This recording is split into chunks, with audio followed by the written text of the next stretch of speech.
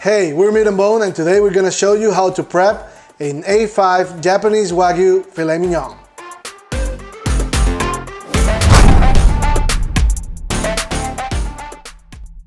A5 Japanese beef is the most exclusive and the most exquisite beef. It is known for its legendary buttery texture and umami flavor.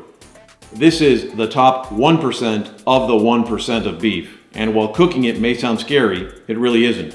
In other videos, we have discussed how to cook an A5 ribeye. This time, we're showing you how to cook a filet mignon. Here's how to cook it.